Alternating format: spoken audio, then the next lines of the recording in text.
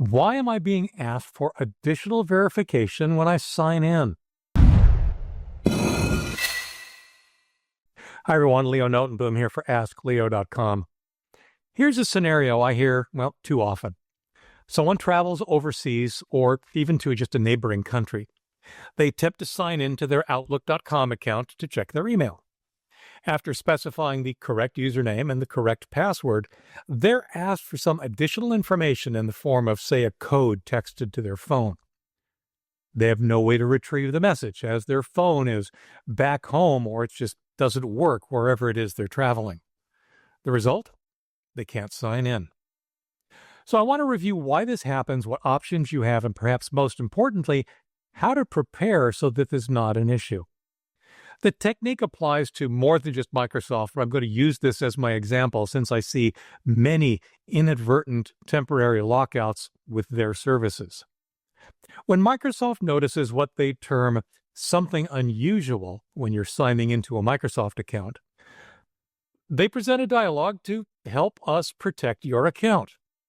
To generate this example dialog, for example, I simulated traveling by turning on my VPN and having it route through the Netherlands. That's a country that I actually have traveled to.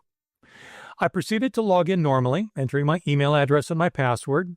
Rather than taking me to my inbox, the dialog box here was displayed with several options to further confirm that indeed I am the rightful account holder.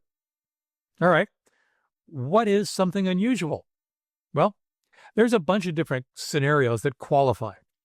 Signing in from a new location, as I made it appear. Signing in from a different device. Signing in from a new app or a browser on an existing device. There are probably other scenarios that can trigger additional verification as well. I'm pretty convinced that number one on the list overall is signing in from a different location. Why? Because hackers are usually in a different location. Microsoft is attempting to baffle account hacks. Please believe me when I say that your account, my account, everyone's account, regardless of the provider, is under a constant automated attack from hackers. Microsoft accounts seem to be a popular target. Unfortunately, hackers are both persistent and surprisingly successful.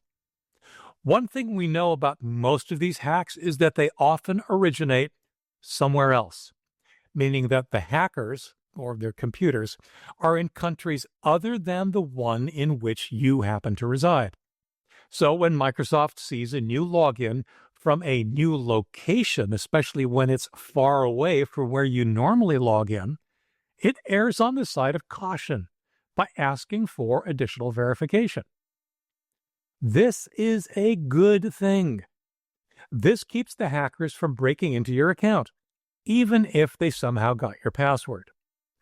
Unfortunately, if you're traveling and you haven't prepared, it can also keep you from being successful. In the screenshot we just saw, you'll notice that I have several options to prove that I'm the rightful account holder. An email message can be sent to an alternate email address. An email message can be sent to a different alternate email address. A text message could be sent to a phone number. A voice message could be delivered to a phone number. I set up each of these three items, 2 email addresses and the phone number, in advance as part of the recovery information associated with the account. Proving that I can access any of these by providing the code delivered to the one I choose proves that I'm the person who set up the account. In other words, it proves I am who I say I am and that I should be allowed access to the account. You must set these up beforehand. As you can see, you can set up multiple methods of validation, but you need to have them in place before you need them. And even then, there's a catch. The catch, of course, is traveling. Even if you've done the due diligence in setting up these account validation and recovery options beforehand, there's a catch that a lot of people miss. You need to be able to access them when you're away from home, too. That means you need to be able to log in to one of your alternate email accounts to receive a code. If they're also protected by some kind of additional security that triggers when you travel, you may not be able to. Or You need to be able to receive a text message or a phone call made to the phone number you have configured. If you don't have access to this number while on the road, this approach may not work. In other words, if you don't have access to any of the alternatives listed, you may still not be able to log into your account, at least not until you return home. Now, in addition to setting up account recovery options, which you should do anyway, you need to make sure that at least one, if not more, of the recovery items you've chosen will be accessible while traveling. If not, then you might want to set up an additional alternate email account with a provider that doesn't perform this kind of additional security check. Or add two-factor authentication using an app such as the Google Authenticator. These apps don't require connectivity when used and are location independent.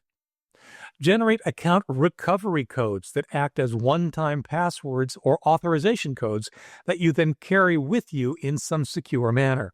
Unfortunately, not all services support this type of code. Explore your service's options for additional ways to validate your account. And, as kind of a stretch, use the email of a friend who won't be traveling with you as one of your authorization sources, and set it up with them that you could contact them if needed to get a code. If it's too late, if you didn't set any of this up beforehand and you're now on the road and don't have access to any of the alternate authorization items listed for your account, you might be out of luck. You might simply not be able to access your account until you return home. Though it's small solace, take heart in knowing that hackers have also been prevented from breaking into your account. For updates, for comments, for links related to this topic and more, visit askleo.com/92840. I'm Leo Notenboom, and this is askleo.com. Thanks for watching.